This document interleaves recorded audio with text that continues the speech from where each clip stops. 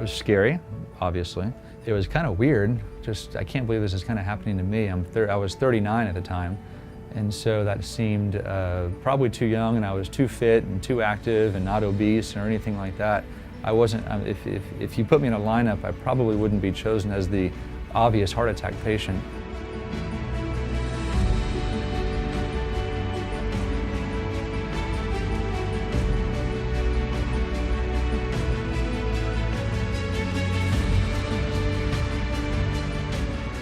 The day that I had my heart attack, the only reason that I knew it was going on instantly was because of this. If you go ahead and lay down with your head on the pillow. When I decided to come take the HeartSaver CT scan, it was super easy, and I think I was in and out in total of 30 minutes. With the scan itself is probably 7, maybe 10 at best. Completely non-invasive.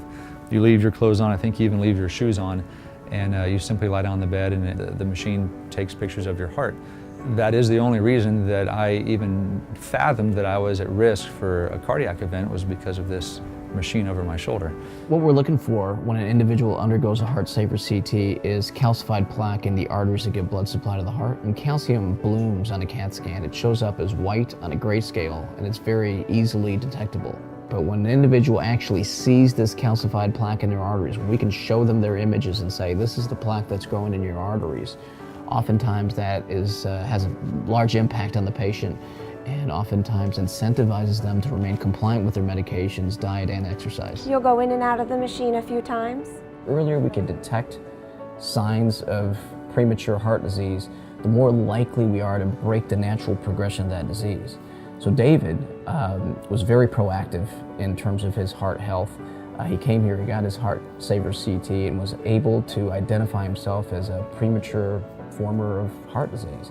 And that allowed him to continue to maximize his diet and lifestyle. The reason that I was able to nip it, if you will, so quickly was really because of this machine, because I had that indication that, hey David, you're at risk. Heart disease doesn't discriminate. So heart disease not only is the leading cause of death in the United States, it's the leading cause of death worldwide in men and women. So as a general guideline, if you're a man between the ages of 40 and 65, or if you're a woman between the ages of 45 and 70, it's a good idea to see where you stand.